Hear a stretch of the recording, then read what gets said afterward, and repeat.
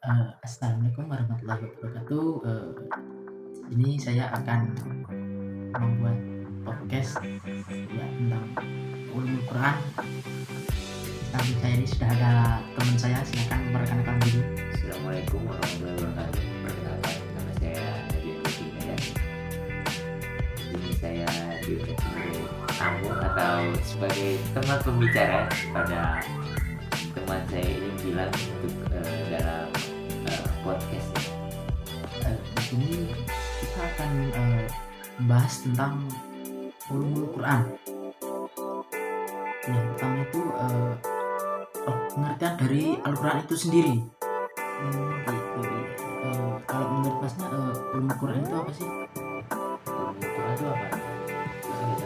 Kalau menurut saya ya ulumul Quran itu berasal dari bahasa Arab yang terdiri dari dua kata, yaitu ulum dan Al-Quran. Kata ulum adalah bentuk jamak dari kata ilmu yang berarti ilmu yang berdasarkan pada Al-Quran, telah memberikan pengertian bahwa ilmu ini merupakan kumpulan sejumlah ilmu yang berhubungan dengan Al-Quran, baik dari segi keberadaannya sebagai Al-Quran maupun dari segi pemahaman terhadap petunjuk yang terkandung di dalamnya. Jadi ulumul Quran itu tentang ini ya, bisa disebut ilmu-ilmu yang mempelajari tentang Al-Quran gitu. Ya bisa disebut begitulah. Kalau tahu sih. Terus dengan demikian ilmu tafsir, ilmu qiraat, ilmu ramil Quran, ilmu ijazah Quran, ilmu asbabun nuzul dan ilmu-ilmu yang ada katanya dengan Al-Quran menjadi bagian dari ulumul Quran. Sedangkan menurut terminologi terdapat berbagai definisi yang dimaksud dengan ulumul Quran. Di antaranya yaitu Asyayuti dalam kitab Imamu Al-Dirayah mengatakan ilmu yang membahas tentang keberadaan Al-Quran dari segi turunannya, senadanya, adanya makna-makna baik yang berhubungan lafaz-lafaznya maupun yang berhubungan dengan hukum-hukum dan sebagainya. Dan yang kedua itu dari Al-Zarqani memberikan definisi sebagai berikut: beberapa pemahaman yang berhubungan dengan Al-Quran Al-Karim dari segi turunnya, urutannya, pengumpulannya, penulisannya, bacaannya, penafsirannya, pemukjizatannya, nasih mansuknya, penolakannya, hal-hal yang bisa menimbulkan keraguan terhadapnya dan sebagainya. Asbabun nuzul ternyata termasuk ulumul Quran ya? Ya bisa dikaitkan dengan ulumul Quran gitu. Jadi tadi menurut siapa aja? Yang pertama tadi menurut As-Sayuti dalam kitab Itamu Al-Dirayah. Terus yang kedua? Yang kedua itu menurut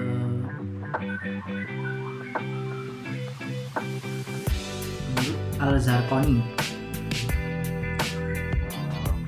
Terus itu kira-kira gimana sejarah dari kenapa bisa ada ulumul Quran? Sejarah perkembangannya itu gimana sih ulumul Quran itu? Kalau menurut saya sebagai ilmu yang terdiri dari berbagai cabang dan macamnya, ulumul Quran tidak lahir sekaligus, namun ulumul Quran itu menjelma menjadi suatu disiplin ilmu yang melalui proses pertumbuhan dan perkembangan sesuai dengan kebutuhan dan kesempatan untuk membenahi Al-Quran dari segi kebenarannya dan dari segi pemahamannya. Di masa Rasulullah SAW dan para sahabat, ulumul Quran belum dikenal sebagai sesuatu ilmu yang berdiri sendiri dan tertulis. Para sahabat adalah orang-orang Arab asli yang dapat merasakan struktur bahasa Arab yang tinggi dan memahami apa yang diturunkan kepada Rasul. Dan bila menemukan kesulitan dalam memahami ayat-ayat tertentu, maka dapat menanyakan langsung kepada Rasulullah SAW. Dan di zaman kelompok Rasyidin sampai dinasti Umayyah, wilayah Islam bertambah luas sehingga terjadi pemburuan antara orang Arab dan bangsa-bangsa yang tidak mengetahui bahasa Arab. Keadaan demikian menimbulkan kekhawatiran sahabat akan tercemarnya keistimewaan bahasa Arab itu sendiri. bahkan dikhawatirkannya tentang bacaan Al-Quran yang menjadi sebuah standar bacaan mereka. Untuk mencegah kekhawatiran itu, bismillah dari tulisan-tulisan aslinya sebuah Al-Quran yang disebut Mushaf Imam.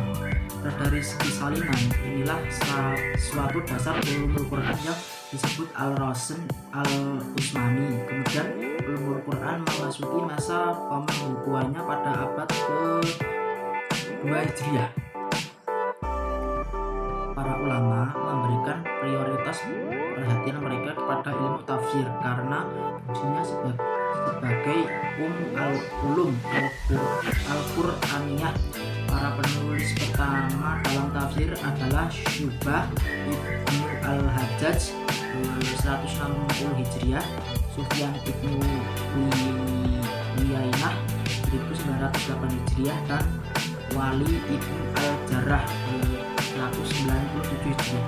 Dan pada abad ke-3 muncul tokoh-tokoh tafsir yang merupakan musafir pertama yang membentangkan berbagai pendapat dan mentarjih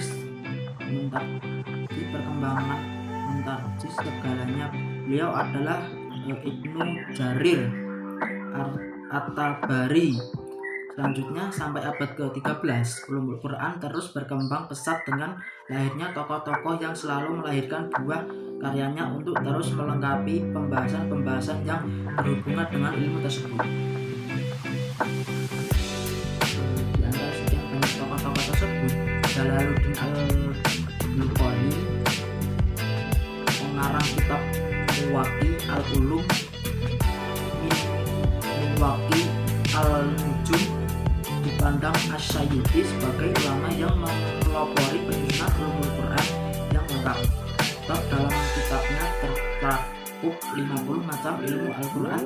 Jalaluddin Al-Syaiti menulis kitab At-Thahir fi Ulum At-Tafsir. Penulisan kitab ini selesai pada tahun 873 Hijriah. Kitab ini memuat 102 macam ilmu Al-Quran. Karena itu, menurut sebagian ulama, kitab ini dipandang sebagai kitab ulumul Quran paling lengkap.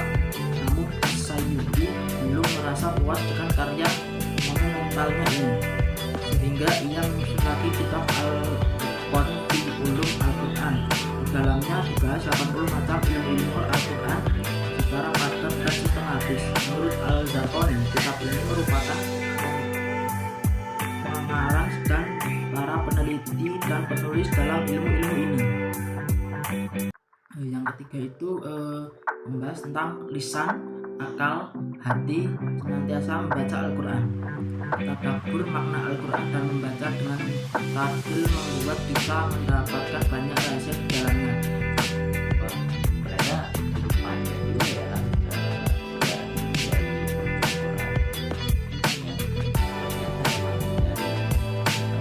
Nabi ya.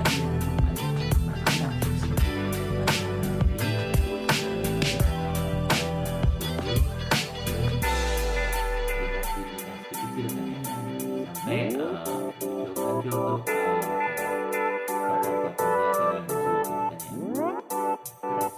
terus ini kira-kira dari inti sari dari Inti ulumul Quran yang berbaca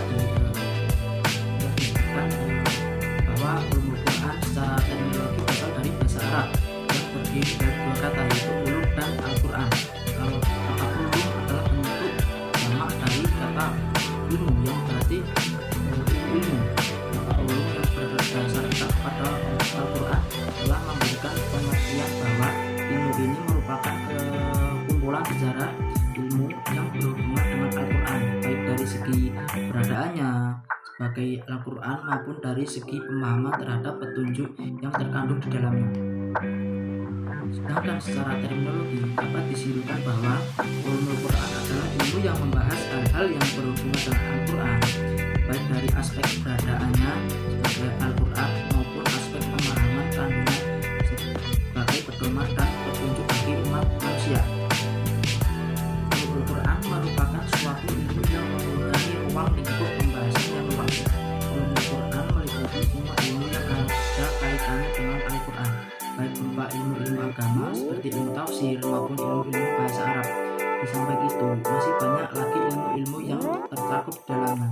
Ketika kita sedang membaca Al-Quran, kita merasa sangat nyaman, tentram, dan semua beban hidup serasa ringan dan telah sirna. Maka kita termasuk golongan orang-orang yang telah menemukan kenikmatan di dalamnya.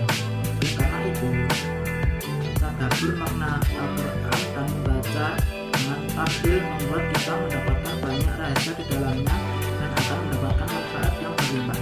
Karena Al-Quran sumber segala kebaikan dan sesungguhnya Allah akan menempatkan dirinya pada dalam kalamnya. Iya. Jadi gua kadang pas baca Al-Quran tuh kadang emang dari yang gua ngomongin pernah merasa emang nyaman. Nah,